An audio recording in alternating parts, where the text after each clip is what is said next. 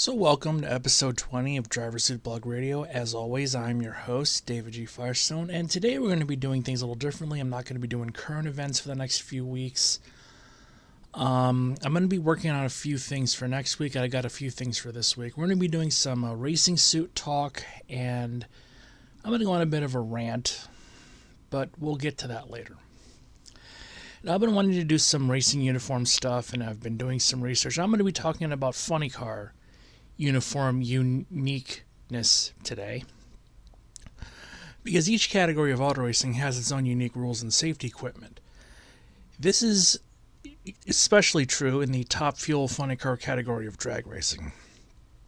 Drag racing visibility is limited because of the body, and both the engine and fuel tank are located in front of the driver. In order to ensure safety, funny car drivers wear 40 pounds of equipment while racing, and they're racing 2,600 pound, 11,000 horsepower funny cars at 330 miles an hour plus. The dangers of failure are all too obvious, and there have been many drivers who have been injured and have even given their lives for the sport that they love. Now, in addition to an SFI 3.2/A20 rated suit, which, by the way, protects the wearer for up to 45 seconds, there are straps on the suit sleeves to keep the driver's hands on the steering wheel as the G-forces would tear them off. They wear heavy-duty helmets, head socks, and a Hans device. Now, while a lot of these, to a certain extent, are commonplace in most forms of auto racing, two separate editions stand out because they're almost, if not totally, unseen outside of funny car drag racing. Now, the first of these two are what are known as overgloves. Unlike most forms of auto racing, funny car drivers wear two sets of gloves while driving. The inner glove is similar to what a firefighter might wear, whereas the outer is a thick set of gloves that go all the way up the sleeve to just below the elbow. In many instances, crew members are required to help the driver put on these gloves. So I'm going to show this example. These are gloves that were worn by funny car driver John Hale, and they're a perfect example of this. Now, they are SFI 3.3/20 rated, and 3.3 is encompasses other driver uniform items that aren't suits.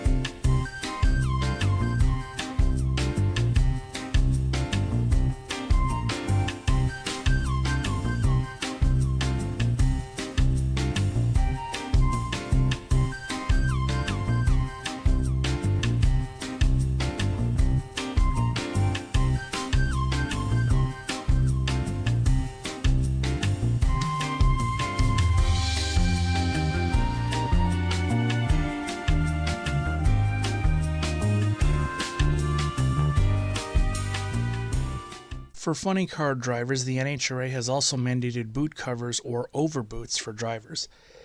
Like the over glove, they extend over the shoe and up the driver's leg a certain bit to provide additional protection for the driver's feet, which in many forms of racing are in the most vulnerable position of any part of the driver.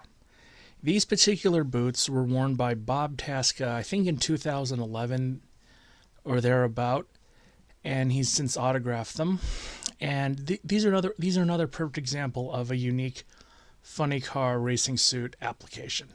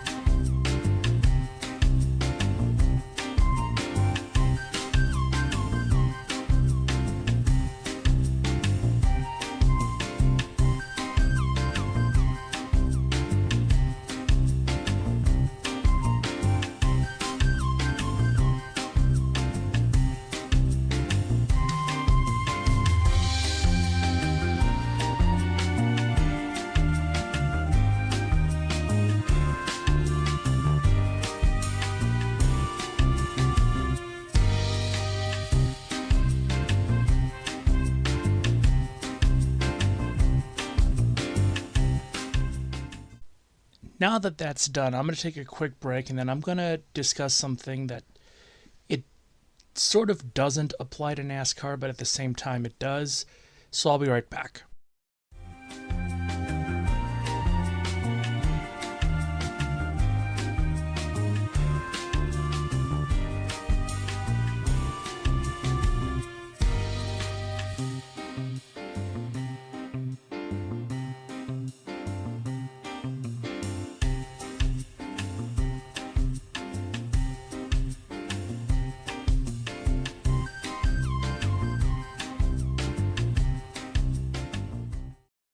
So, back from break, I'm going to go on a bit of a rant. It doesn't seem like it would be connected to auto racing, but it will. I'm a bit of a gamer. I play video games, as do most of my friends. Sometimes we play single player, sometimes we play multiplayer.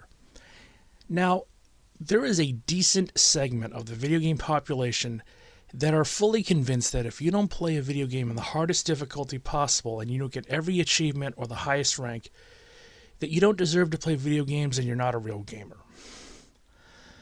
Recently, Crack.com published a column entitled In Defense of Easy Mode by Carolyn Page. I'll post a link in the description because it's a great read. She makes some very great points, and here are some of them. I'm going to quote directly from the article now. Quote, there are over 10,000 video games being released every year. Over 10,000.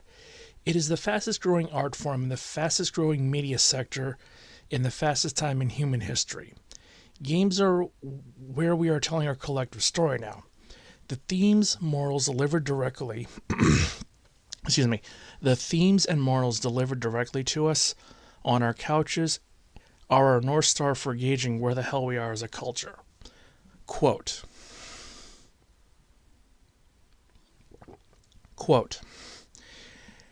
easy mode allows players to spend time with the story, not breaking their flow to look up hints, cheats, and walkthroughs. Easy mode should be called immersive mode. It really live the game, live in easy mode. Quote, few games have qualitative changes from mode to mode. They just get more tedious. Is hard mode the richest experience? No. It's usually the most overly tedious experience. Games are a power fantasy. We're not running around chopping down unnamed enemies and seducing NPCs so we can feel bad about ourselves. Even low-key sims like Animal Crossing and Stardew Valley are a power fantasy. This next point is probably my favorite point she makes. Quote, the world is in hard mode, the daily grind of existence, the constant psychic hailstorm of information, opinion, revelation that pummels our gray matter is hard enough. Having to confront a family member is hard. Being sick is hard. Having to sacrifice the fleeting hours of your pitiful existence to earn money in a system that you rail against spiritually but feel powerless to change is hard. Gamers who think that hard mode is the best mode and are super... And that's an end quote. Gamers who think that hard mode is the best mode or who are super involved in online play are the reason that some gamers turn off certain games. For the last few years, you can't just have a casual FIFA, Madden, or Call of Duty game. You kind of have to take the game super seriously because you have to avoid making mistakes to keeping the super obsessed tryhards from losing their minds. That's why a lot of franchises are actually losing players now. Team Fortress 2 figured this one out. Games need a casual section and a competitive section like Team Fortress 2. The serious players have their section, everyone else has their section. I have no problem being able to find a server on TF2, logging in and having fun as opposed to focusing so someone else can level up. Now, another game that I play is called the Coin Game, and I've always played it on easy mode. On hard mode, it's not fun. You have to worry about health, money, and stamina. You have to work odd jobs to earn money as well as eat and drink to keep your health up. Whereas with easy mode, I can just play with no worries. Money is not an object, and I can just go out and play as many games as I want. Why would I want to come home from my real job to play a game where I have to mow lawns, deliver pizzas, deliver newspapers, and babysit to try and earn money to play a video game to try and earn some money to play mini games when I can just play the mini games on easy mode with no worries? See what I'm saying here? Now, easy thing is a thing for gamers because it should be, and there are too many super obsessed gamers who think highly of themselves. This is why fandoms need to worry about who's running the fandom. When the super obsessed gamers start turning off players to a certain franchise, the franchise is going to suffer. I'll talk more about obsessively obsessive fan bases next week because it will factor into how some people are seeing racing in 2022. That's all for this week. I'll be back next week again with the rest of my rant and a fun little project I've been working on. I'm Dave Firestone. See you next week.